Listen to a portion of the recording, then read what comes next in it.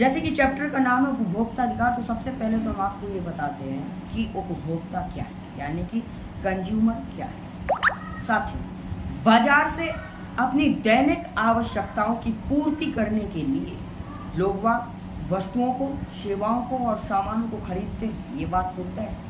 और वही लोग जो अपनी दैनिक आवश्यकताओं की पूर्ति के लिए बाजार से वस्तुओं, सेवाओं और सामान वस्तुओं को खरीदते हैं, उन्हें हम उपभोक्ता कहते हैं। उपभोक्ता का दूसरा नाम है ग्राहक। अब हम आपको बताते हैं कि उत्पादक क्या है। साथियों, दैनिक आवश्यकताओं की वस्तुओं का निर्माण या उत्पादन करने वाले लोग उत्पादक कहलाते हैं, यानी कि प्रोड्यूसर। तो प्रोड्यूसर कौन है? जो कि दैनिक आवश्यकताओं की वस्तुएं जो लोगों को चाहिए है, उपभोक्ताओं की जो आवश्यकताएं हैं, उनका निर्माण करने वालों को हम क्या कहते हैं?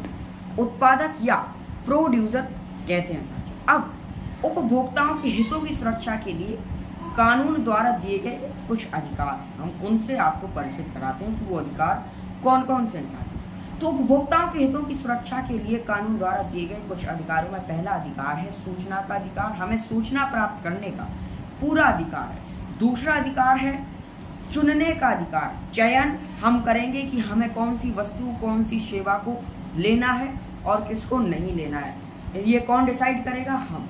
तो पहला अधिकार हो गया सूचना का अधिकार, दूसरा अधिकार हो गया चुनने का अधिकार यानी कि चयन करने का अधिकार, और तीसरा अधिकार है सुरक्षा का अधिकार, यानी कि सुरक्षा का अधिकार। इसके बाद क्षतिपूर्ण निवारण का अधिकार, और लास्ट में जो हमारे पास में वो उपभोक्ता शिक्षा का अधिकार। उपभोक्ताओं को वस्तुओं, सेवाओं और उसके साथ साथ जो भी चीज़ें खरीदनी है उनके मूल्य अच्छे से पता हो, ताकि उनको लूटा ना जा सके, हम कहें तो उनका शोषण ना किया जा सके। इसके लिए उन्हें उपभोक्ता को शिक्षा का अधिकार होने की बहुत ज़्यादा आवश्यकता है। अब हम आपको बताते हैं कि उपभोक्ताओं का शोषण क्यों होता है। अब आप ये जान लीजिए कि उपभोक्ताओं के शोषण होने के क्या कारण है। तो हम बहुत ही शॉर्ट में आपको 4 कारण बताते हैं। पहला कारण है सीमित सूचना, उनको एक लिमिटेड इन्फॉर्मेशन दी जाती है, जबकि काला बाजारी नामक एक घटना होती है जिसमें उत्पादक और व्यापारी आवश्यक वस्तुओं की जमाखोरी कर लेते हैं। आवश्यक वस्तुओं की जमाखोरी करने की वजह से इन वस्तुओं का मूल्य बढ़ जाता है बाजार में, और जो व्यवस्थापूर्ण उपभोक्ता होते हैं यानी कि कंज्यूमर होते हैं, उन्हें अपनी व्यवस्था के कारण बेबस होते हैं। इन्हीं ऊंची मूल्यों पर उन्हें वस्तुओं और सेवाओं को खरीदना पड़ता है। तो ये क्या है? सबसे बड़ा शोषण का कारण कि उन्हें काला बाजार, सबसे बड़ा कारण है काला बाजार। फिर है सीमित आपूर्ति, तीसरा कारण है सीमित प्रतिस्पर्धा, लिमिटेड कंपटीशन, और जो चौथा है वो है साक्षरता दर कम, उपभोक्ताओं की हो या किसी और की, लेकिन यहाँ हम उपभोक्ताओं की यानी कि कंज्यूमर्स की बात कर रहे हैं, तो उनकी जो साक्षरता होती है वो बहुत ही कम होती है। अब हम आपको बताते हैं कि भारत में उपभोक्ता आंदोलन।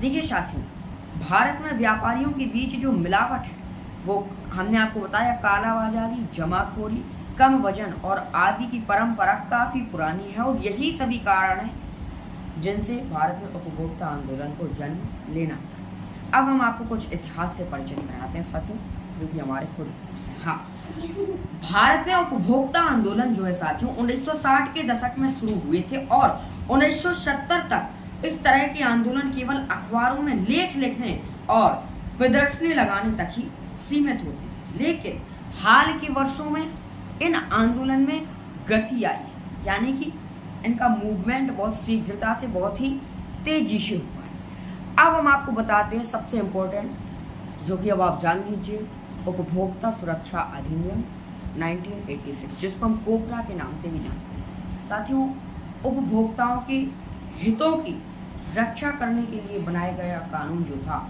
उसको क्या नाम दिया गया? उपभोक्ता सुरक्षा अधिनियम, और ये 1986 यानी कि 1986 में पारित किया गया था। इसको हम कोपरा भी बोलते हैं, इसका दूसरा नाम कोपरा है। कोपरा के अंतर्गत, यदि हम कोपरा की विशेषता की बात करें तो कोपरा के अंतर्गत उपभोक्ता विवादों के निपटारे के लिए राज्य और राष्ट्रीय स्तरों पर एक त्रिस्तरीय न्यायिक तंत्र स्थापित किया जाता है या किया गया है। जिला स्तर पर 20 लाख, राज्य स्तर पर 20 लाख से 1 करोड़ तक और राष्ट्रीय स्तर की अदालतें 1 करोड़ से ऊपर की दावेदारी से संबंधित मुकदमों को देखती हैं। तो यह है उपभोक्ता सुरक्षा अधिनियम या उपभोक्ता संरक्षण अधिनियम।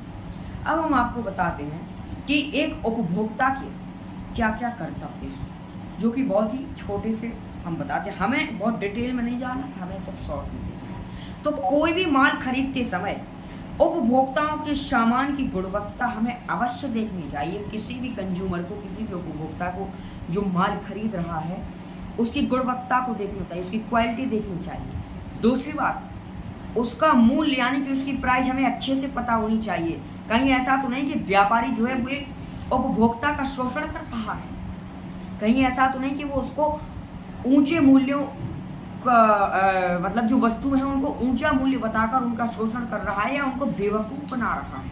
तो कोई भी माल खरीदते समय सबसे बड़ा कर्तव्य ये है कि कोई भी माल खरीदते समय उपभोक्ताओं को सामान की गुणवत्ता की जांच अवश्य करनी चाहिए और जहां भी संभव हो, जहां भी पॉसिबल हो, गारंटी कार्ड अवश्य लेने चाहिए साथियों। अब इसके बाद हम आपको बताते हैं राष्ट्रीय उपभोक्ता दिवस के बारे में, बहुत ही छोटा सा। 24 दिसंबर को हर वर्ष राष्ट्रीय उपभोक्ता दिवस के रूप में मनाया जाता है। यानी कि राष्ट्रीय उपभोक्ता दिवस कब मनाया जाता है? 24 दिसंबर। और ये वही दिन है, 24 दिसंबर वही दिन है साथियों जब भारतीय संसद ने कंज्यूमर प्रोटेक्शन एक्ट लागू किया था। कंज्यूमर प्रोटेक्शन एक्ट क्या है ये हम आपको डिटेल में अगली वीडियो में बताएंगे, क्योंकि अब हमारा टाइम हो रहा है। तो कंज्यूमर प्रोटेक्शन एक्ट लागू किया गया था भारतीय संसद के द्वारा और